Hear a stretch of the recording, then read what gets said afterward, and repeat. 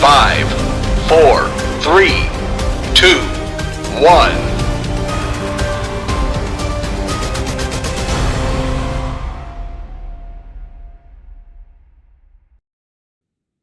1. Boa noite a todos. Essa é a edição final do Eyetalk. Nós vamos ter hoje uma atividade bastante interessante e promissora, que nós vamos ter o Dr. Nicolas Yannuzzi, do Bascom Palmer de Miami, que vai nos apresentar alguns casos e, ao final, ele vai discutir alguns pontos, tópicos que a gente acha interessante para serem discutidos e que ele pode trazer luz a alguns tópicos, como, por exemplo, tratamento da atrofia geográfica e a experiência dele com faricimab. Bom, queria convidar o Dr. Fabrício Tadeu Borges, aqui do CBV, do Centro Brasileiro da Visão em Brasília, para fazer a introdução do Dr. Nicolas Yannuzzi, ele que passou uma temporada lá recente com o professor no Bascom Palmer. Without further ado, Dr. Yannuzzi, Dr. Fabrício Borges is going to introduce you so you can start with your lectures and show your case. Thank you, Fabrício. Please go ahead. Good evening, everyone. Today is a great day. Great day for two reasons. The first, to celebrate the end of the retina classes in our institutions. We have weekly classes throughout the year. And the second, to welcome a nice guy, a great ophthalmologist, and an excellent surgeon. Despite having retinal DNA in his family, he has on brightness. Dr. Yannuzzi received his BA from Harvard College and his medical degree from Weill Cornell Medical College. Completed his residency and fellowship at Bascom Palmer Eye Institute, Miller School of Medicine of University of Miami, where he is assistant professor and faculty from Global Center for Ophthalmic Education. He is a board member of the Macula Foundation. Winner of several awards, he has more than 100 peer-reviewed papers published. Additionally, Dr. and colleagues have a free website, www.vrsurgeryonline.com, contributing to the touching, teaching, and inspiring fellows in all the world. Dr. Nico, you are very welcome in our community. The time is yours. Thanks so much for having me. It's really a pleasure to meet with all of you tonight. And it was certainly a pleasure meeting you when you were visiting Bascom Palmer just a few months ago. So I thought we would start with by going over a few cases, just kind of clinical medical retina cases, some surgical retina cases. I have a bunch. I also have some other things prepared in terms of just an overview and an update on retinal detachment and new treatments for that. So we can go in any particular direction. I hope you make use of the chat. If you have any ideas as to what the diagnosis is, please go ahead and just feed it through, or cut me off and speak up if you have any questions or any thoughts. So we'll start with the first case of the evening. Some of these Dr. Borges has already seen. This is a 73-year-old woman who comes in, and I'll start off actually with a cornea case rather than a retinal case. Your attention is drawn to these slit lamp photos of the right and left eye. In the right eye, there is diffuse corneal edema and the vision is hand motion. In the left eye, the vision's also decreased, 20/60. The patient is phakic. There's a mild cataract. If we look closer at the corneal edema in a slit lamp fashion, we can see this checkered board pattern of edema. And on the endothelium, there are some fine kind of pigmented keratoprecipitates and a very, very mild iritis. So anyone in the chat can go ahead. This has to really kind of scratch your memory here for corneal pathology, but there's not that much in the terms of the differential diagnosis for acute bilateral acquired corneal edema. Viral endothelial keratitis usually presents unilaterally. Keratoconus, some patients may come in with eye drops, but it's usually in one eye, not both. This patient had no history of contact lens use. There were no guttae to suggest Fuchs, and there was no history of cataract surgery to suggest pseudophakic bullous keratopathy. Here are some other uncommon causes of acquired corneal edema that can be bilateral. This patient came in and was on a medication. Further history revealed that the patient was on amantadine. So that can cause bilateral corneal edema. And there are also some atypical presentations of corneal edema. Here's a case report following acute ingestion of alcohol. Here's another one including a trip to a Finnish sauna where the high humidity and high heat conditions precipitated an episode of corneal hydrops. But this patient also had retinal pathology. There was no view into the right eye where the corneal edema prohibited visualization of the fundus, but in the left eye, we could see there was a temporal area of retinal whitening on optos fundus photography and kind of a triangular distribution. We also performed fluorescein angiography, which showed early hypofluorescence and a lack of choroidal flush. And late in the phase of the angiogram, there appeared to be an area of hypoperfusion and a triangular distribution with peripheral hyperfluorescence flanking that. We also performed ICG angiography, which showed this area of choroidal non-perfusion temporally in the triangular distribution. And we performed a swept source OCT angiogram. Here on the left, you see a picture of the retinal circulation. On the right, you see the choriocapillaris and the choroidal circulation. And you can see that area of non-perfusion very well characterized also on OCT angiography. And if you place it right on top of the ICG, you see they really overlap quite nicely. A visual field was also performed, which showed a complete scotoma in the right eye, as well as a nasal scotoma in the left eye. Any ideas on what this might be? Anybody in the chat or anybody from speaking up here in terms of what might be the diagnosis? Again, it's a elderly lady coming in with corneal edema. There's a very mild iritis, and there's some pallor when we look at the fundus and an area of triangular hypoperfusion. Looks to me as chronic hypoxia, bilaterally, maybe aortic problems, something like that. Okay, so you think there's ocular ischemia or ocular ischemic syndrome of some sort? Yes. It's a great thought. Any others? I would only add that I would perform a duplex scan of her carotid to see if there is an obliteration, because it seems like Professor Moreira told us that's an ocular ischemic syndrome. Perfect. Well, these are great thoughts. This patient had a choroidal infarct, also known as an alveolaric infarct, and there's a wide differential diagnosis for that. You mentioned some of them: carotid dissection, retrobulbar hemorrhage, malignant hypertension, lupus, Raynaud's, polyarteritis nodosa, sickle cell. It can even be a complication of PRP. But what ties in to the corneal edema? I think you were correct in terms of your suspicion for overall ocular ischemia. Looking back at this patient 4 weeks ago, she was diagnosed with TMJ. That's temporal mandibular joint disease, and she was diagnosed by a dentist who felt that she was grinding her teeth. She also had jaw pain, intense fatigue, neck pain, temple pain, weight loss, chills, and loss of appetite. Temporal arteritis.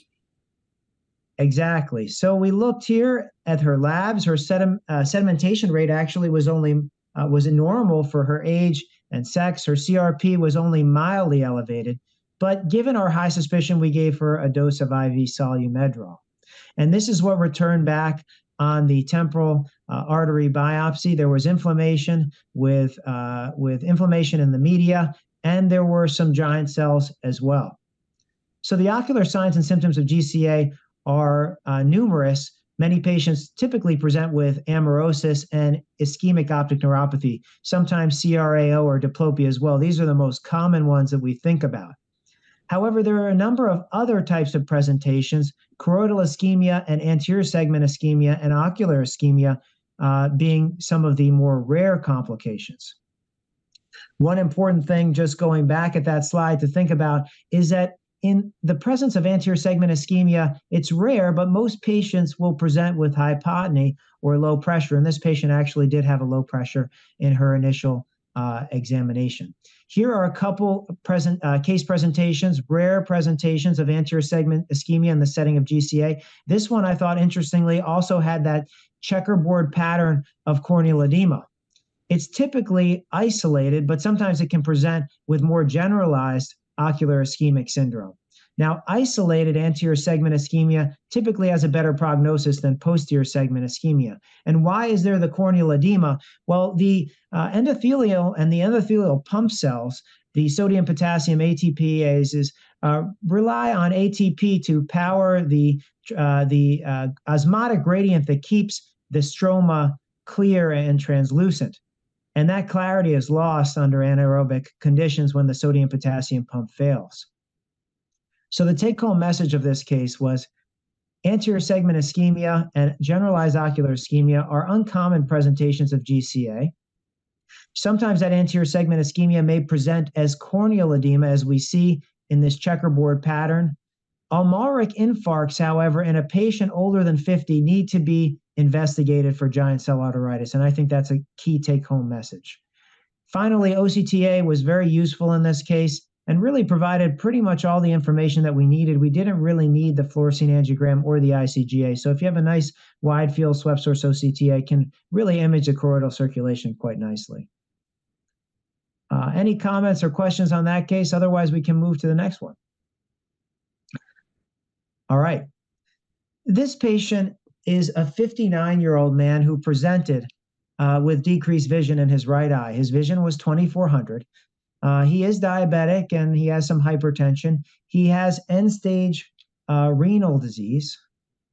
At the initial presentation, a scleral depressed exam was performed and no break could be elucidated. Now, there wasn't much history from this patient. He was a poor historian, but he did actually have a hand motion eye in the fellow eye. And upon questioning him a little bit more, we found out the name of his retinal specialist. And we were able to chase that individual down. And it turned out that that eye had also at one point had a retinal detachment. That detachment was initially felt to be rhegmatogenous. A vitrectomy was performed.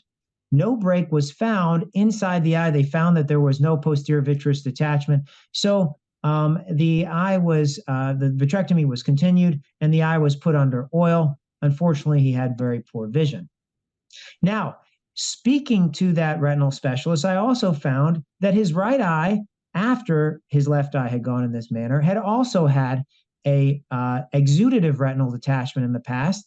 And it turned out that he was on end-stage renal disease on dialysis at that point. And when he was dialyzed, the detachment actually got better. So the first thing I thought here is a monocular patient. Seems like he has a serous or an exudative retinal detachment. Let's see if we can put him back on dialysis and see if that helps cure his retinal detachment in the right eye. So we put him back on dialysis. Unfortunately, this is what resulted. The vision continued to worsen, and now he's got significantly decreased vision. What are people doing at this point? Any thoughts in terms of how you would manage this patient? Or it's also detached. So this eye, this is the right eye, and it's also detached.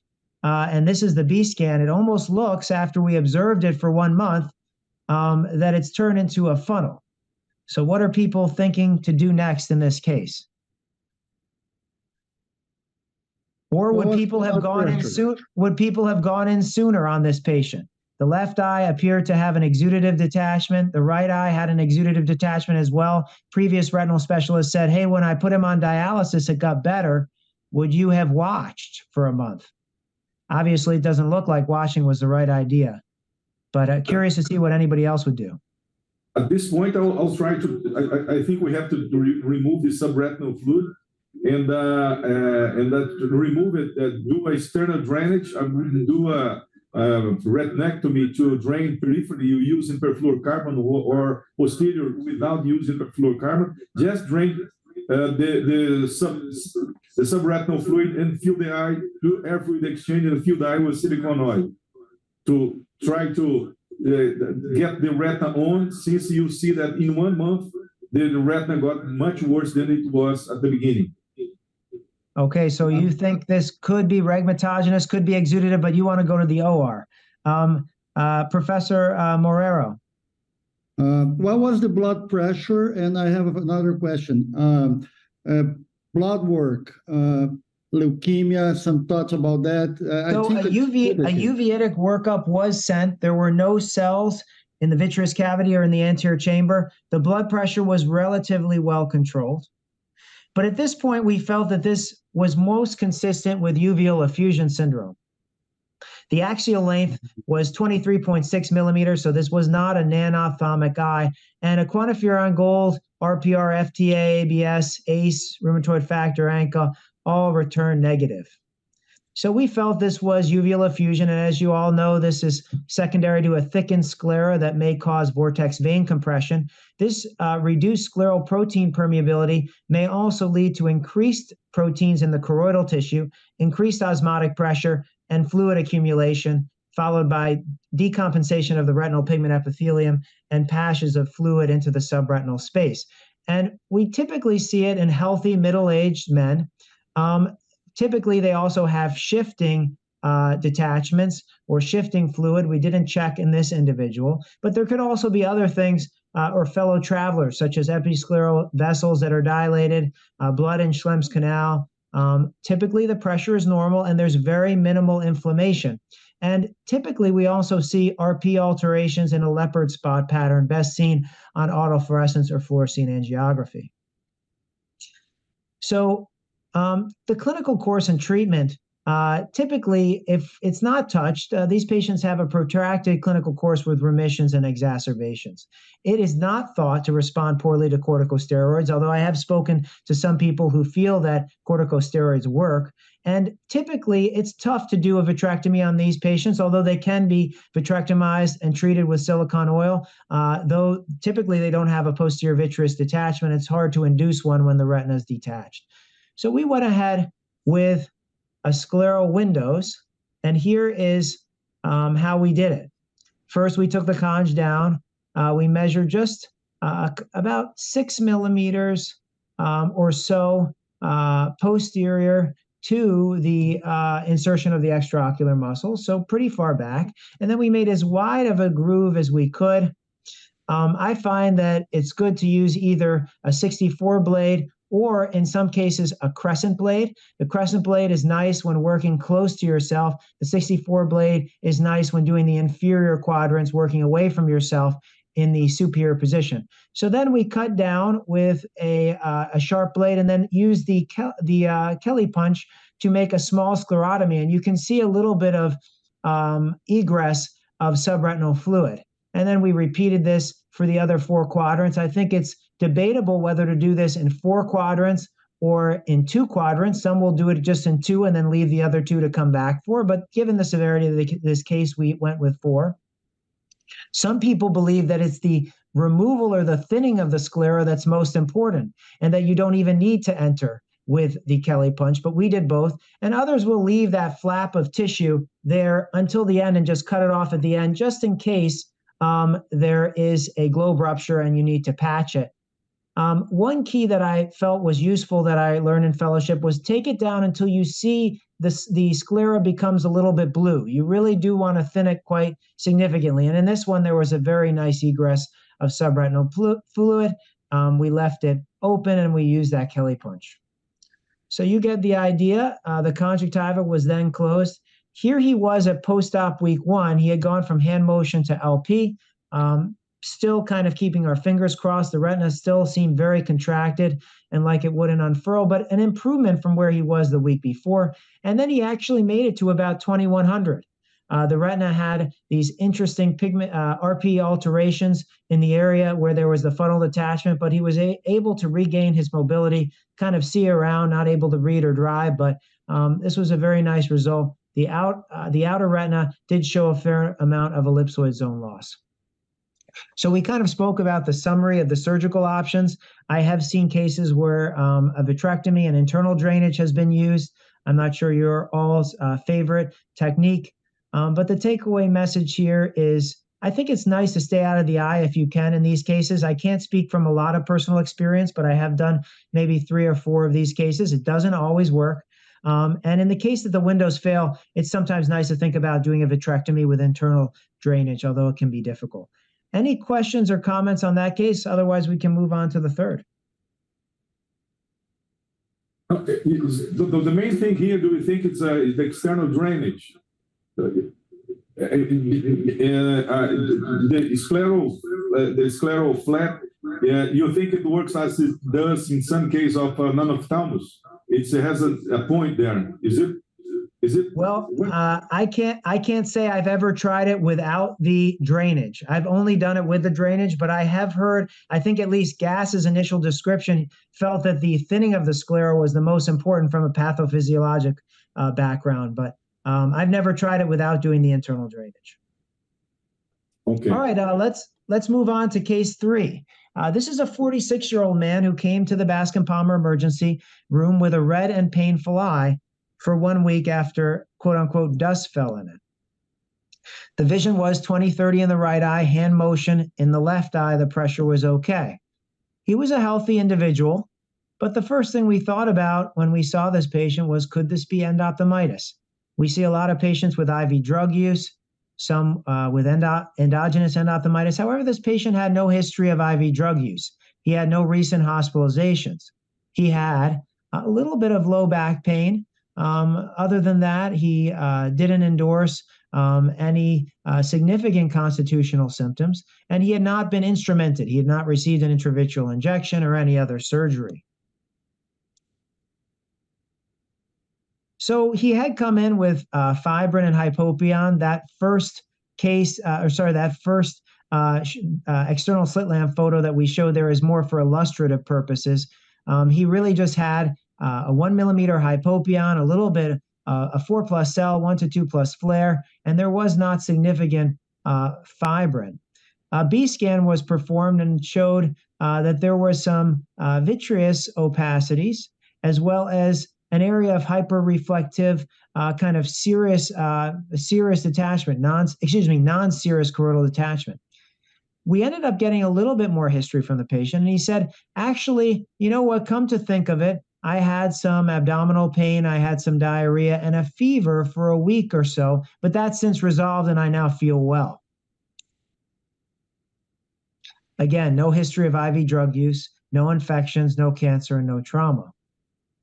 So what do you all do next? I had not been involved in this case up until this point, but I did know that he was presumed to have been potentially HLA-B27 associated uveitis. There was a hypopyon, there was some fibrin, and there were no risk factors for endophthalmitis. But the B scan did look a little bit concerning. There was a fair amount of vitritis, and there was this echoic, non-serous choroidal detachment. A lab workup was performed thinking that this could potentially be uveitic. Everything came back negative, except he had a very mild leukocytosis. HLA-B27 was still pending at the time. And his clinical course, he was sent for labs. And there was some thought by one of our services that there could have been some potential for inflammatory disease. So he was started on some prednisone. However, he didn't seem to be worsening, yet he did not seem to be improving. Finally, the HLA-B27 came back negative. Any thoughts here on what this is and what would people do at this point? It has to do something with the abdominal pain and diarrhea and fever, but no joint inflammation? There was no joint inflammation. His HLA-B27 was negative. I mean, he had, a little bit of low back pain, but for here and there. He was a young gentleman, active, and nothing out of the ordinary, really. All right. What about this mass in the ultrasound? That was a significant concern. And given the HLA-B27 coming back negative, our suspicion for inflammatory disease went way down, and we were concerned about infection. So a diagnostic vitrectomy was performed. So this case did end up unfortunate. The hypopyon is cleared, iris hooks are put in, a lensectomy is performed to gain visualization of what's going on in the back, and there's diffuse vitritis. It's clear at this point that this is endophthalmitis. And if we look, as the instruments are being withdrawn here, unfortunately, this was not a choroidal detachment. This was a subretinal abscess, just misread on the B scan. And now all this pus is extruding through the eye. So this was clearly endophthalmitis. So the patient underwent this. We actually ended up doing okay initially. However, he was then sent to the Jackson emergency room for a rule out of different types of causes that could have led to a case of endogenous endophthalmitis. At this point, his initial medical workup showed negative blood cultures and negative stool cultures, but he did have a very mild a significant transaminitis. His AST was 81, his ALT was 190, and he was started empirically on antibiotics. Any thoughts on where the source of this or what this is or what the organism is, now that you know it's endophthalmitis, we don't have cultures yet, and there's a high liver enzyme? Okay, we'll move on. He got a CT of the chest, abdomen, and pelvis, and here is the picture. It did show a lesion in the right lobe of the liver measuring 7 by 4 by 6 centimeters, pretty large, and there were also some splenic lesions as well. Any thought on the causative organism at this point, or is this cancer? Is there something else? All right, so the patient came in. He was thought to have inflammatory disease. Inflammatory workup returned negative. He underwent a vitrectomy. It was clearly an infected eye, it appeared to be, and he ended up with this liver lesion on CT. The image-guided drainage of the abscess was performed, and the results of that were still pending. Upon discharge, however, from the hospital, the eye continued to worsen. He was in LP vision, and he had no visual potential and pain, so he underwent enucleation. And here is the slide of this patient's eye. You can see he had this white kind of vitreous material, which was an inflammatory collection. Here is the cross-section, which showed some silicone oil, which had been placed, some acute vitreous inflammation, subretinal fluid, so he had a concomitant retinal detachment, and a superciliary exudate. So by post-op month 3, he was doing well. He was off all medications. The culture came back, Klebsiella pneumoniae. So this is an important one to remember. This is a cause of endogenous endophthalmitis in some cases. It's exceedingly rare where we are. I had never seen a case of this, but apparently it's very common in Asia. I'm not exactly sure what explains that, whether it's HLA serotypes or just things that may be ingested or other types of factors. But it is more common in Asia. I don't know if you guys get cases of these in Brazil, but it was the first one I had seen in Florida. All right. Any other questions? Otherwise, we can go to the next case. Okay. This is a 73-year-old man. Oh, please, comment. Well, after all that, I mean, his general state was better after the treatment. Yes, he survived. Actually, the important thing to know about Klebsiella related endogenous endophthalmitis is many of these patients will have a liver abscess, and the mortality is very significant. So it's imperative that if you suspect it, that you need to send them for urgent workup and IV antibiotics and drainage of the liver abscess. And In addition to that, still, despite best efforts, some patients may still succumb to it. And certainly the outcomes with Klebsiella in the eye are just very poor. And many of these eyes end up enucleated, unfortunately. So we'll move on to case 4, which is a 73-year-old man who presented with a 2-year history of decreased vision in both eyes. He was 20/60 in the right eye, 2200 in the left eye, where there were rare cells and a few KPs in the right eye. These are the pictures of the fundus photograph. Any ideas on diagnosis just based off that? I'm going to draw your attention to these hyperpigmented areas. Any thoughts? Okay, let's keep moving. Here's autofluorescence, which might give you clues as to there being some type of chronic exudative neurosensory detachment with mixed hyper and hypo autofluorescence in that pattern of, the leopard spots, or excuse me, giraffe spots. And here is the fluorescein. It didn't show any active leakage, but just staining in those areas that were seen on the fundus autofluorescence. The OCT showed diffuse thickening of the choroid and some subretinal fluid, as well as some thickening at the level of the retinal pigment epithelium. And there was one area which is not pictured well on this slide with a bacillary layer detachment, which we'll go into a little bit later. On ICG, you could see blocking or hyposcianescence in those areas of those hyperpigmented foci that I showed you on the color fundus photography. And if you look a little bit closer at the choroidal vasculature, you could see these kind of skip areas, or these areas of hyposcianescence running along the choroidal vessels. Any thoughts from anybody at this point? Professor Yannuzzi, this seems that the patient has some giraffe sign, and also the hyperpigmentation seems to be a BDUMP, a bilateral diffuse uveitic melanocytosis. Well, that is a great thought. Here is what we were thinking.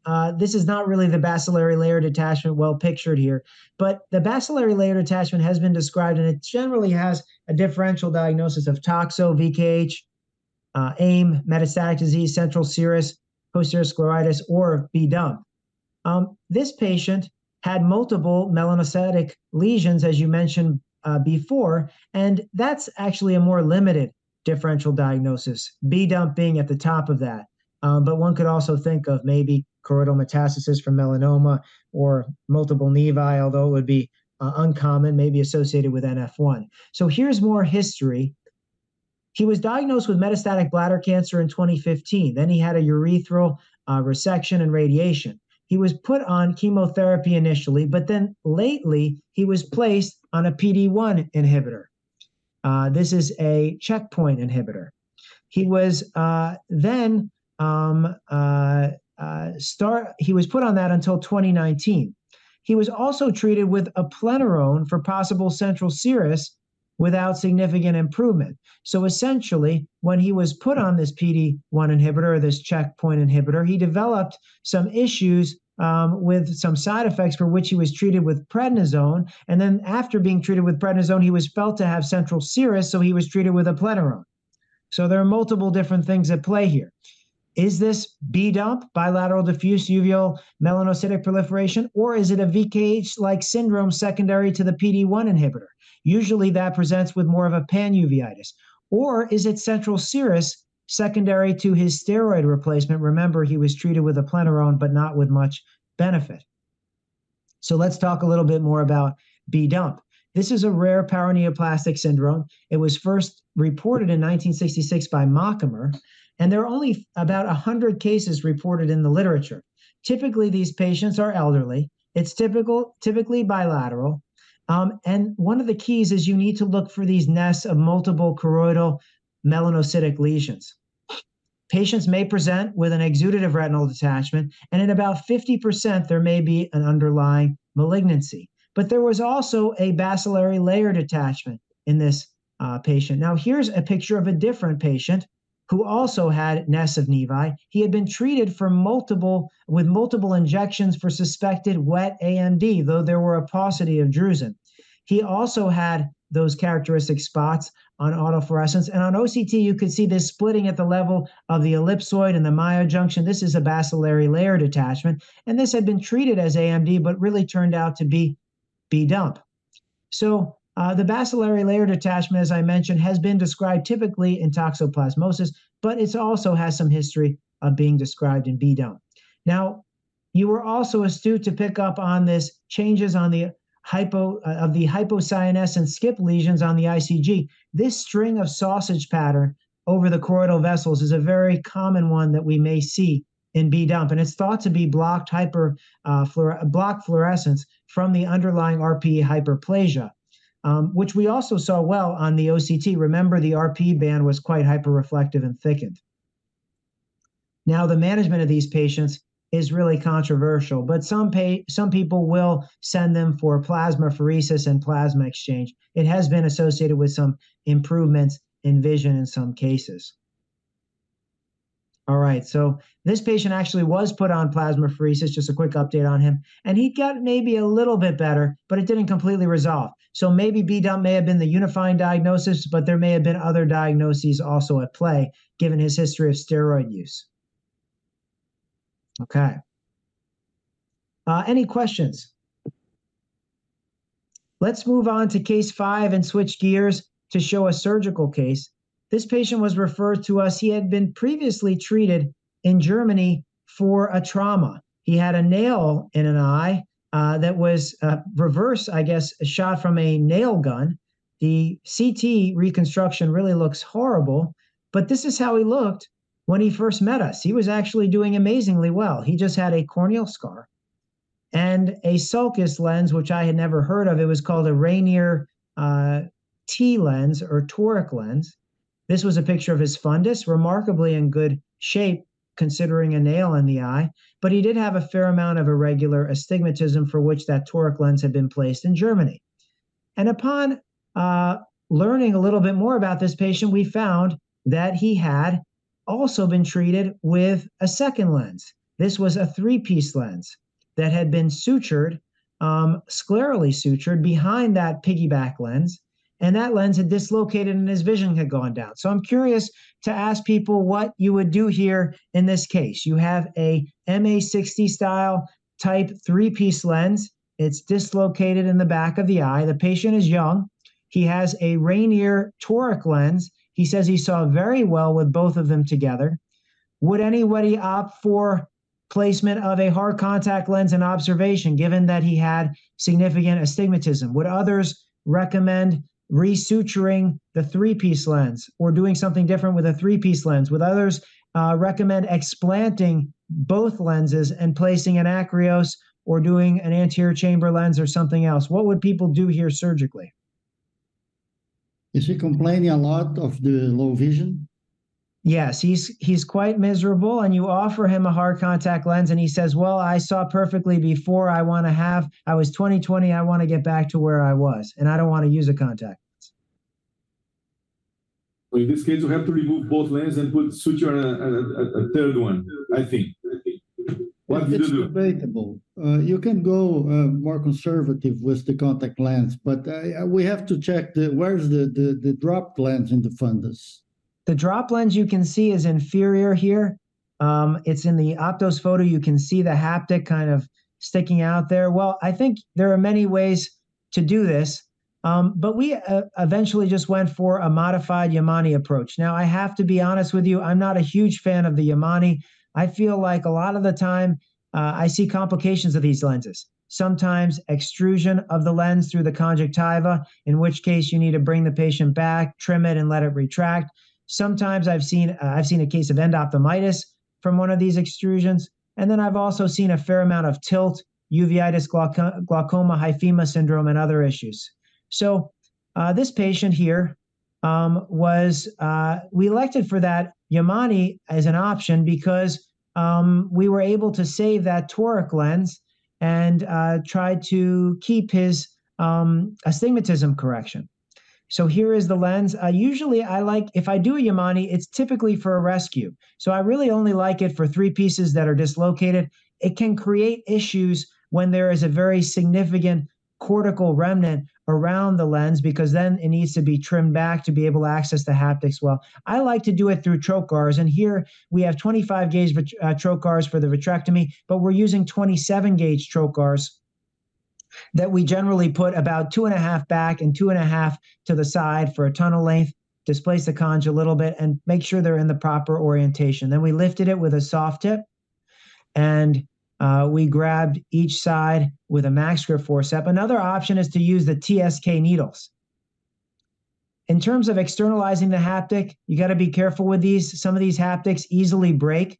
We had been using a lens in the US called the CT Lucia, but recently some of the quality of that lens has gone down. So some people have switched to this lens called the Sensar lens. The second haptic can be picked up under direct visualization. But this patient actually did pretty nicely with this technique. So far, knock on wood, no complications. It is an option to bulb the distal end of the haptic so that you don't end up with redislocation, but this patient did pretty well. I think there were many ways, though, that this could have been done. All right, so we have a couple more minutes. Why don't we switch gears and maybe just show kind of a couple surgical videos, a couple surgical trauma videos. I think that might be interesting. And then we can just close out. All right, so in fellowship, I had a fair amount of exposure to ocular trauma, although I can't say I'm an expert by any means, but I thought these were a couple of cases that I thought were interesting, that taught me something along my journey as a fellow. Some of them may seem obvious to those of you who are pretty seasoned. But here's the first case, and this was something that I found to be pretty important. If the lens is clear, especially in a young patient who has an intraocular foreign body, it's nice to try to save it. So this was actually done by a colleague, but I think that this is a very good illustrative case. This patient had a retinal detachment, and he presented actually with a clear lens. And you can see that there's a hyper intense foreign body on the CT scan. And sure enough, he's got an intraocular foreign body, but it appears to have spared the lens. It's sitting there right in the retina.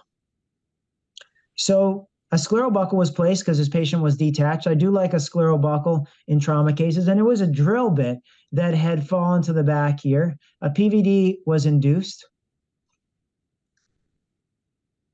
Once a PVD was induced, we had to start thinking about how this drill bit is going to come out of the eye. Now, this is something that I have seen done before, putting PFO to protect the retina on removal of one of these. I find that it doesn't really offer that much.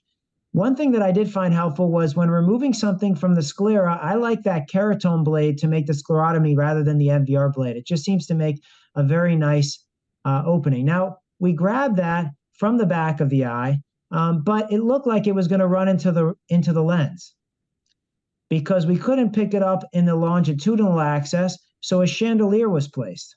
Instead, a soft tip was used to kind of elevate it and lift it and orient it longitudinally so that it could be extracted in more of a straight manner to save the lens. So I thought this was something that one of my co-fellows actually did, which I thought was a really nice and nifty trick. Okay.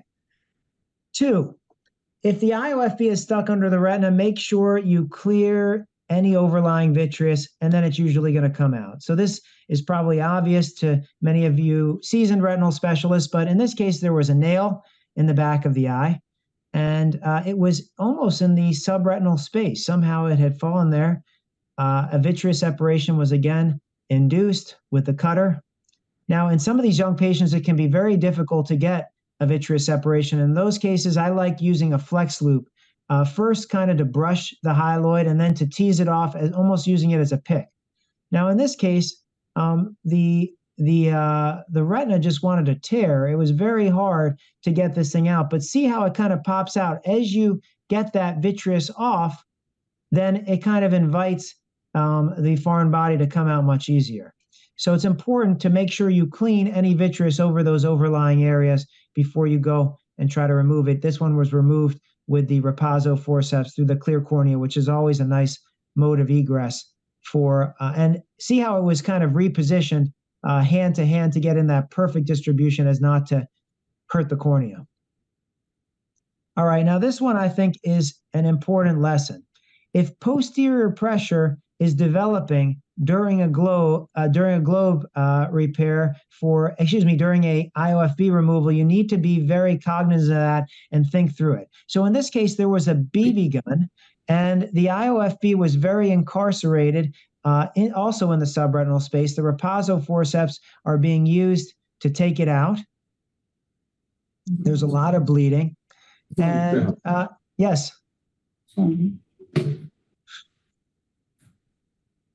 Okay, now this BB is being extracted. There's a very large gap. It comes out quite nicely.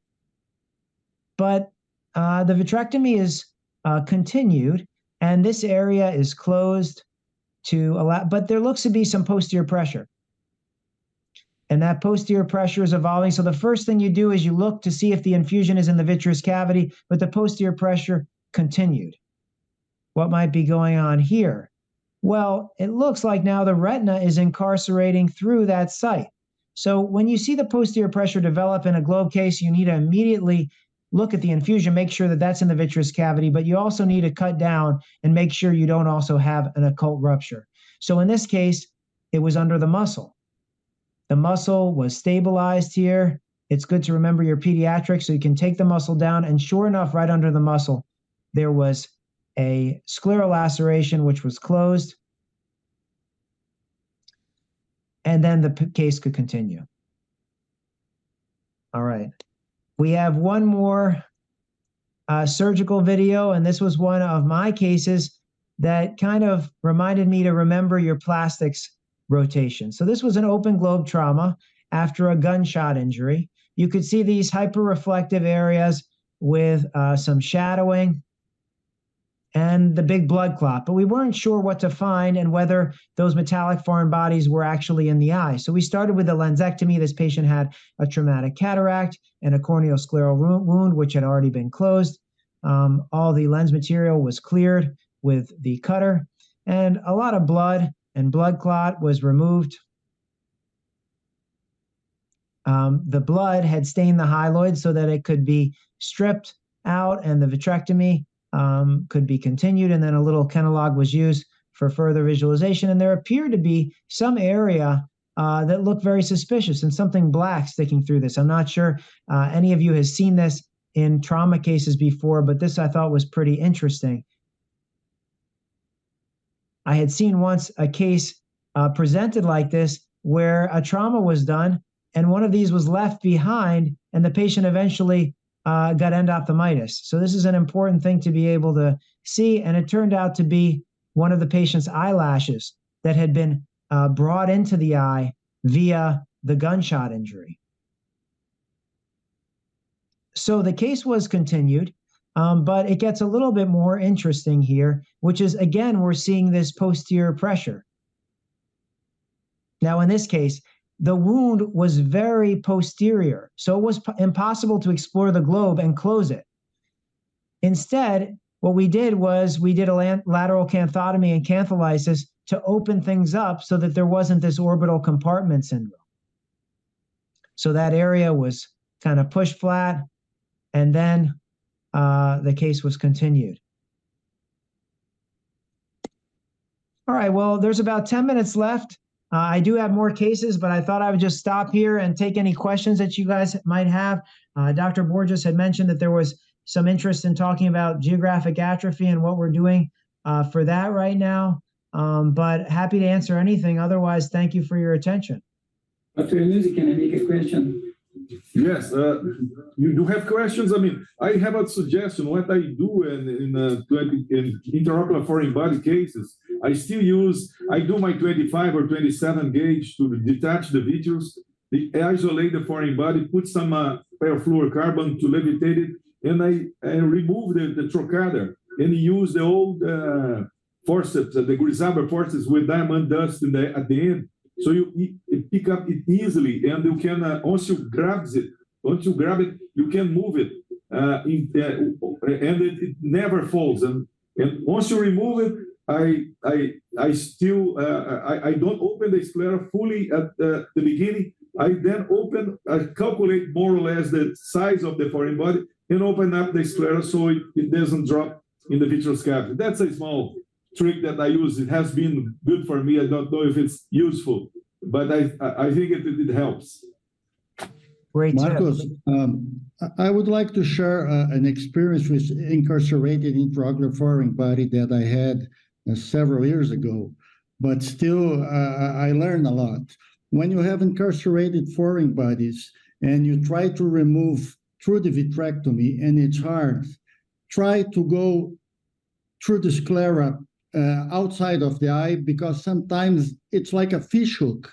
When you try to remove it, it grabs the sclera and makes a lot of problems. So if you have this problem, go around the eye, outside of the eye, maybe it's easier to remove it from the outside. Good point.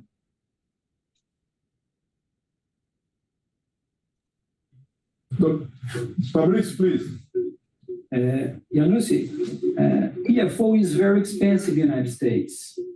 There is a culture of using less PFO than in Brazil. You almost not use PFO in your surgery. Tell us, what cases do you use PFO in your surgery? So perfluoron, as you know, costs a couple $1,000s in the US. So for those who are operating in an ambulatory surgical center, from a financial perspective, it's almost impossible for them to open it up. They could, but the ASCs will typically put a lot of pressure on the surgeon because they lose significant money on the case. Now, for us, we're at a hospital-based center, so actually we can open it and charge for it, so it's not really an issue. That said, frankly, I don't really use a ton of perfluoron. The main cases that I use for it would be a giant retinal tear. I also like it for draining when doing pediatric retinal cases. I don't like to make retinotomies in pediatric patients. Another indication that I like it for is for stabilizing the retina when maybe I have a tricky detachment, a TRD on RRD, for instance, a sickle cell case. I find once I clear the cortical vitreous and induce a posterior vitreous detachment in those patients, it can be very useful in stabilizing the retina while I strip the hyaloid out peripherally. Sometimes I find it useful in cases of occult breaks where I can't find a clear break, but if I put PFO in and I drain and I vitrectomize around the bubble, usually I find a small hole or a small horseshoe will kind of reveal itself and become a little bit more easy to see so that I don't need to do 360 endolaser.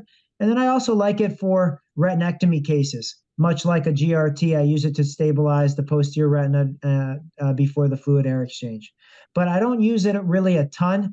There was one doctor here who was doing a lot of the autologous retinal transplants or the macular hole transplants, and he was using it and leaving it in for 2 weeks. You do hear about some people here using it and leaving it in for 2 weeks as an inferior tamponade. It's really not done commonly. I've never done a case like that, but we do typically here, we usually make a drainage retinotomy or we drain from the break if possible. That's usually our favorite technique. Gotcha. So Dr. Yannuzzi, so what is your routine for primary retinal detachment surgery? Do you think there is still role for primary sclerobuccal or retinopexy? Do you place sclerobuccals and do vitrectomy combined? I'd say we have a very buccal heavy culture here at Bascom Palmer. We don't do a ton of pneumatics. In my hands, a pneumatic is maybe a 60% to 70% single operation success surgery. I really don't think I'm skilled enough or get good enough results that are comparable to what we see in Canada in the PIVOT trial. So I typically don't do a pneumatic except in a rare case. Typically my best patient for a pneumatic would be a MAC off detachment, phakic with a PVD, very cooperative patient with a single horseshoe tear, not too big, not too small, superiorly, and a patient that's willing to position. But I don't do a ton of pneumatics. With each detachment, I really approach first in thinking, can I do a straight scleral buccal? And I know it's a little bit old school to approach things in that fashion, but I really find that in retinal detachment, we have a lot that is out of our hands, like the medical aspects of losing vision to ellipsoid zone loss and photoreceptor loss. But what we can try to do is give the patient the best chance at single operation success. And if we look at single operation success, if you do 85, 90% single operation success, you're doing pretty well. And of those 10, 15% of patients who are failing, about half are PVR and half are new breaks or unrecognized breaks. Now, I think if you do good surgical technique and you're a very careful surgeon, you can eliminate, and with good case selection, you can reduce those amount of cases that you're losing to because of unrecognized breaks or new breaks. And then you're really just losing to PVR. And in my hands, I find that with a straight scleral buckle, I just tend to get less PVR than with a buccal vitrectomy or a straight vitrectomy. I certainly like straight scleral buckle for chronic detachments with subretinal bands, dialyses, young patients with incomplete PVD, hole-related detachments. But I occasionally will do a straight buckle on an elderly patient. I had 2 patients today that I took care of in their 60s. Both had hole-related detachments, and I ended up just doing a straight scleral buckle, even though one was quite bullous, and I think both will turn out pretty nicely. So I still like straight scleral buckling, although I do many buccal vits and many straight vitrectomies as well, and I think those are good options. It's really up to the surgeon and whatever you feel comfortable in your hands. Good. Syfovre, what's your initial impressions of using Syfovre or AAG? So you all have probably been following what's going on here and the data. We've had Syfovre now available in our clinics for about a year. We have Dr. Rosenfeld, who is our medical retinal specialist and really at the forefront of age-related macular degeneration and dry AMD. And he feels very strongly in terms of the role of Syfovre. I personally have been more apprehensive. I was waiting really for 6 months to start patients on it. And at 6 months, then we found out from the REST committee and the ASRS that there were these cases of occlusive retinal vasculitis. Now, it doesn't seem like that's common. It seems like about a 1 in 10,000 risk or so. But we know that inflammation of any kind is actually relatively common in patients who receive Syfovre. And we also know that it increases the risk of conversion to wet AMD and that patients need either a bi-monthly or monthly injection. And also speaking to the patients that I've seen, the ones that really seem most interested in are the monocular patients. The one-eyed patient with complete vision loss in one eye from a foveal lesion and in the other eye with a threatening extrafoveal lesion. And I really don't feel comfortable with the safety profile from Syfovre to be treating those monocular patients. I feel like the functional benefit from the GA therapies has really not been well shown at this point. We have a lot of information on slowing growth of the GA surface area, but we don't have really good data that shows functional benefit. And if you look at the GATHER2 data, which is the Izervay data that was just released, the phase 3 24-month data did not show promising functional benefit. Initially, with that agent, which is a C5 inhibitor, at 12 months, they did some post-hoc analyses, which showed fewer 3-line losers in those patients who were treated than those patients who were observed. But by 24 months, all that benefit had erased, and everybody was at pretty much the same end of things in terms of 3 lines lost. So I feel like the risk benefit is really in my hands, not in favor of treatment. And I feel like there has not been a clear enough functional benefit to patients to warrant the risks of use and the overall burden of coming in for monthly or bi-monthly injections. I'm curious to see how you guys read the data and whether you'll be treating patients as well. I'm not sure when you'll have that agent available, but I have seen patients from abroad who have been coming to us in the US asking for it. I just don't feel comfortable treating it. We're going to have it in the next, we're going to have it in the next 2 or 3 months. So we're very anxious to use it. And at the same time, with this inflammation thing, some people, I think it's going to be using it with more care. What about Vabysmo? Are you switching to Vabysmo and have using it once in a while? Or ever using it? Well, we have had Vabysmo out now for quite some time, and I've had some chance to experiment with it. We've also had high-dose Eylea, which just came out a couple months ago. So with the Vabysmo, I've found now I can't really speak to use in treatment naive patients because I haven't used it extensively in treatment naive patients, but I have used it pretty extensively initially in my 2 milligram Eylea poor responders, those patients whom I could not dry the retina at a monthly treatment, or in those patients in whom I could not extend beyond, say, 4 or 6 weeks.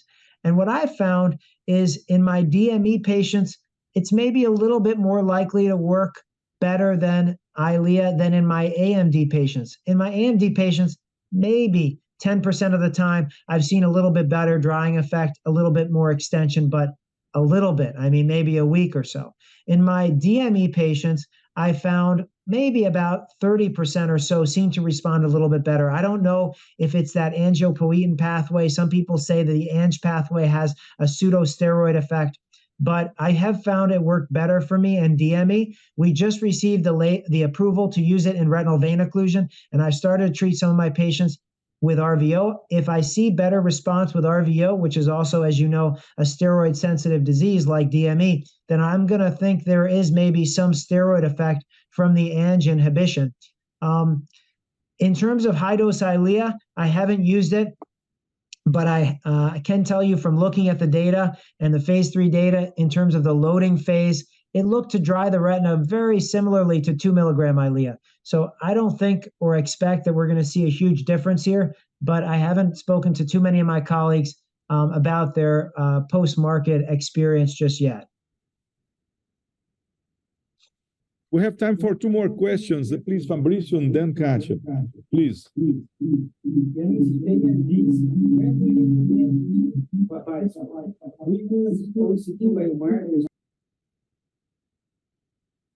Sorry, I couldn't quite hear that one. Right. Sorry. Yannuzzi, AMD. When do you begin with Vabysmo? Do you use OCT biomarker to make this decision? Who is this patient? Honestly, I'm just very conservative about starting new agents. Believe it or not, there was a black label that was put by the FDA with Vabysmo for retinal vein occlusion for occlusive retinal vasculitis. This is something that we're more attuned to at this point, but still very low incidence.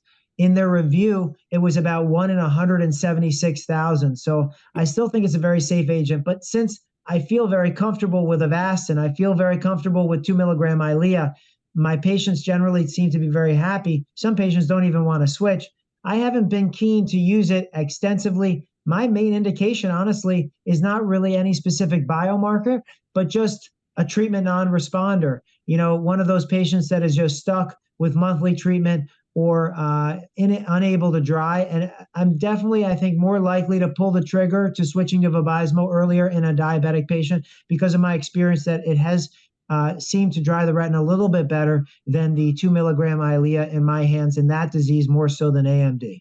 But nothing in terms of biomarker selection that I can point to. I can say there have been some interesting studies that have been put out about epiretinal membrane. They seem to think patients treated with Vabysmo get a little bit less epiretinal membrane. There have also been some studies that have looked a little bit more extensively on leakage and found a little bit less leakage with patients treated with Vabysmo and fluorescein. So I think we'll learn more as we have these agents out for longer and more people sample their get to try them in the real world.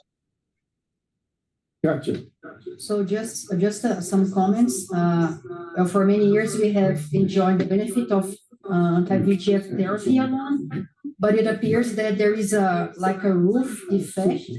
So we don't get more than certain benefits. So it makes sense that try to get another pathways in terms of targeting another, like you said, about using Vabysmo for treating patients with AMD and retinal diseases and diabetic macular edema. So we are going to start the treatment now in Brazil. So I would like to ask you what in your opinion might be the clinical implications of this dual approach, targeting both anti-VEGF and angiopoietin 2?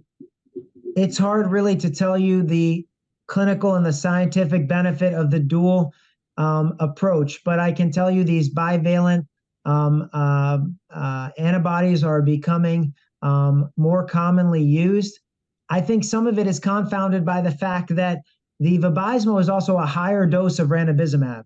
So are the patients getting drier because they just have more drug, more ranibizumab, more anti-VEGF? Was maybe the 0.5 or the 0.3 ranibizumab not enough, and was it not fully saturating the receptors? And is it really more just the increased dose of ranibizumab and the more concentrated dose of ranibizumab that's helping? I don't know. But I know that we are still trying to help our patients in terms of figuring how to decrease the burden of treatment. We've had the Suvizmo implant available here for some time in the US. I'm not sure if you had a chance to use that in Brazil. This is the port delivery system, but it was recalled by Genentech because of septum dislocation. So we're not using that currently. We do have all the gene therapy stuff in the pipeline right now. Is it going to be suprachoroidal, intravitreal, subretinal approach? Seems like there are drawbacks and benefits from each of those approaches. But speaking as an enroller for transvitreal gene therapy, I can tell you that I have not found that patients are enthused about going to the operating room to get a subretinal injection and a vitrectomy. Most of these elderly patients seem to want something that can be delivered in the clinic. And then we just had recently the EyePoint data, 1901, the phase 2 results. That is basically on the YUTIQ injector, and it is a sustained implant with a tyrosine kinase inhibitor. Tyrosine kinase inhibitors kind of have a checkered past in terms of use in AMD and DME. They haven't been found to be as good drying agents as antibodies. However, 1901 and the EyePoint folks did have some pretty nice data to show on decreasing the burden of treatment when given one of these implants that basically lasts about 6 months or so and can be given in the clinic, so, just like an Ozurdex or an Iluvien. So it'll be interesting to see, but I agree with you. We've been spoiled with what we have, and it's very hard to improve upon what we've had. And the big unmet need is still treatment burden in wet AMD. And of course, that our patients with wet AMD still lose vision over long term because they have all the dry degeneration in the background that we're not addressing. I don't think complement is going to be the full answer to that, though. We do have the approval in the US to use complement inhibitors in patients with wet AMD and concomitant geographic atrophy, but it wasn't studied in the trials, so there's not great evidence supporting its use, in my opinion.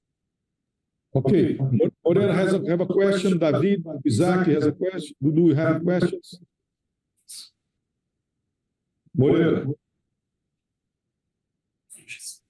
Tá fechado.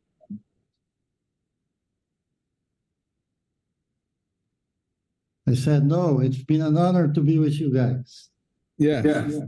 You know, we'd like to thank you very much for being with us. We learned a lot from you, and I'm gonna ask Fabrício to the final remarks. Thank you very much, Yannuzzi, for being with us.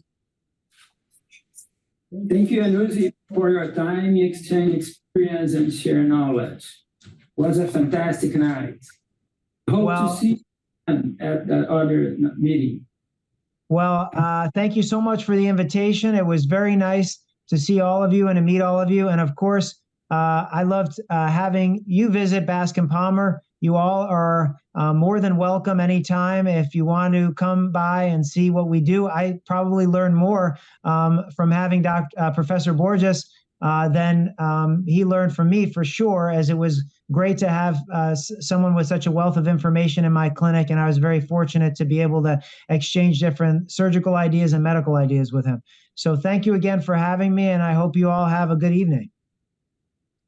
Bye-bye. Thank you very much. We see all of you in January.